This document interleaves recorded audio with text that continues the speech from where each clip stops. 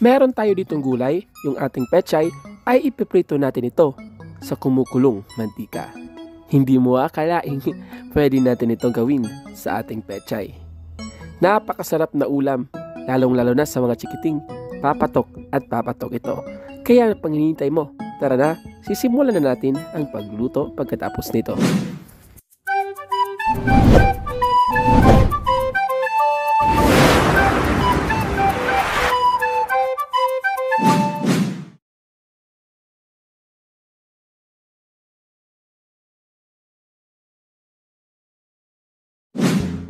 At para nga sa ating unang procedure ay maghihiwa muna tayo ng ating pechay. So kailangan mahugasan ng maigi yung ating pechay. Yung ating gulay na pechay. Pagkatapos hiwain lang natin siya ng ganito, maging maingat lang tayo para hindi kayo matulad sa akin na hiwa yung kamay. Tulad yan. Pero patuloy pa rin ang laban. Vlog is life. Hiwain lang natin siya ng maliliit. Lalong-lalo na yung puti na yan kasi medyo matigas yan. So kailangan talaga maliliit yung kahiwa mo.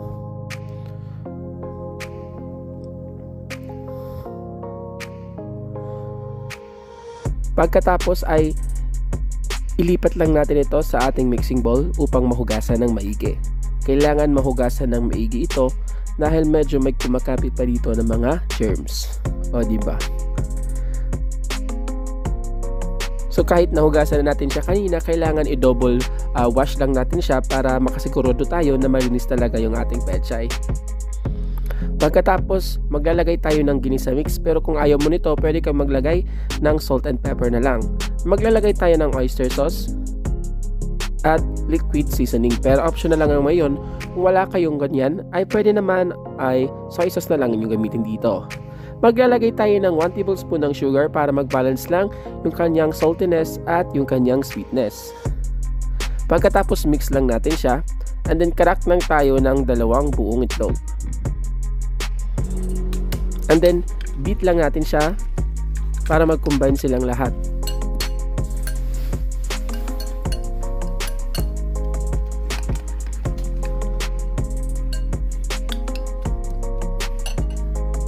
Pagkatapos maglagay tayo ng 1 cup ng ating all-purpose flour, and then mix lang ulit natin siya. Ayan, kung gusto nyo medyo crunchy, maglagay kayo ng 1/2 cup ng cornstarch. Pero dahil wala tayo nun, all-purpose flour na lang tayo. Ayan, pag nakuha na nga natin yung kanyang tamang consistency, set aside lang muna natin at ipiprito na natin siya. So, i-ready muna natin yung ating induction cooker. Buksan lang natin. At yung ating frying pan. Lagyan lang natin ng konting oil, pero mas maganda kung naka-deep fry talaga siya para medyo maging crispy talaga at lutong-luto nito. Pag medyo uminit na yung ating oil, ano yun? Lagay na tayo ng 1 tablespoon hanggang 1/2 tablespoon ng ating pechay mixture o yung ating pechay butter. Pagkatapos ay iprito na natin dun sa ating kawali. So kailangan ma-form siya na circle, pero hindi naman kailangan masyadong perfect na circle. Nakadepende yan sa inyo. Kung meron kayong scooper, mas maganda din yon para pantay-pantay or even yung ating sizes dito, para talagang mahulma siya na parang circle. Pero dahil okay lang naman yan kung ganyan lang, basta't magmukha siyang burger patty. So lutuin lang natin siya ng 3 to 5 minutes in a low to medium na apoy lang para hindi agad siya masunog. Kailangan lang natin ma-achieve dito ay kanyang crispiness at yung kanyang golden brown na kulay.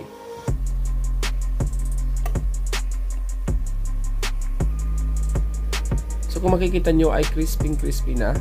So hindi pa siya nag-golden brown. So antayin lang natin na medyo mag-golden brown siya para talaga medyo malutong yung ating napakasarap na burger patty na pechay.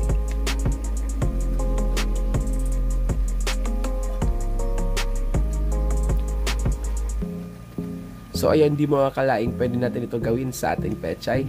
Lalong-lalo sa mga chikiting, sa mga hindi mahihilig sa gulay, pwede ito talagang kakainin at kakainin nila to. So kung makikita nyo guys, ganyan yung kulay yung kailangan natin ma-achieve yung kanyang napakagandang golden brown. So lutuin lang natin yung other side nito para mas lalong maging crispy siya. So dahil golden brown na siya, i-drain lang muna natin ito sa ating strainer para matanggal yung oil na yan, kasi medyo kumakapit talaga yung oil dyan or sinisipsip ng oil yung ating burger patty na pichay. So kailangan talagang masala yung ating oil. And then second batch na tayo. So same process pa din. So nakadepende po sa inyo kung gaano kalaki ang inyong gusto. Pwede nitong liitan, pwede din nitong lakihan. Sadyang ganito lang yung kailangan natin ngayon para naman magkasya dun sa ating burger. Or kung ayaw mo ng burger, pwede naman iulam mo na lang ito direkta sa inyong bibig. Or maglagay kayo ng ketchup na may mayonnaise. Mas masarap din yun. Ayan, kung hindi ka pa nga nakasubscribe sa ating YouTube channel, mag-subscribe ka na. At huwag mong kalimutan i-hit ang notification bell para update ka sa ating mga daily uploads. So, flip natin. I-like and follow mo din yung ating Facebook page, Happy Tummy by RD. Marami din po tayo doon napakasarap at kakaibang recipe na ina-upload. So ayan, golden brown at crispy na siya. Hanguin lang natin ulit siya at i-drain para matanggal yung mga oil na yan.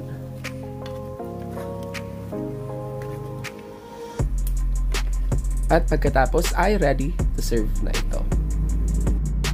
So ayan, so meron lang tayo ditong ating mayonnaise na merong ketchup. So ito yung magsisilbing sausawan natin. Pero kung ayaw mo nito, pwede naman ketchup na lang yung lagay or pwede kang maglagay ng suka. Mas masarap din yon. Pero kung bet mo yung ketchup lang, mas maganda din yon, mas lalong sasarap din. So i-plate lang muna natin para maganda yung presentation, o diba? So marami tayong nagawa dito. Nakagawa tayo ng 15 pieces ng ating burger patty na pichay.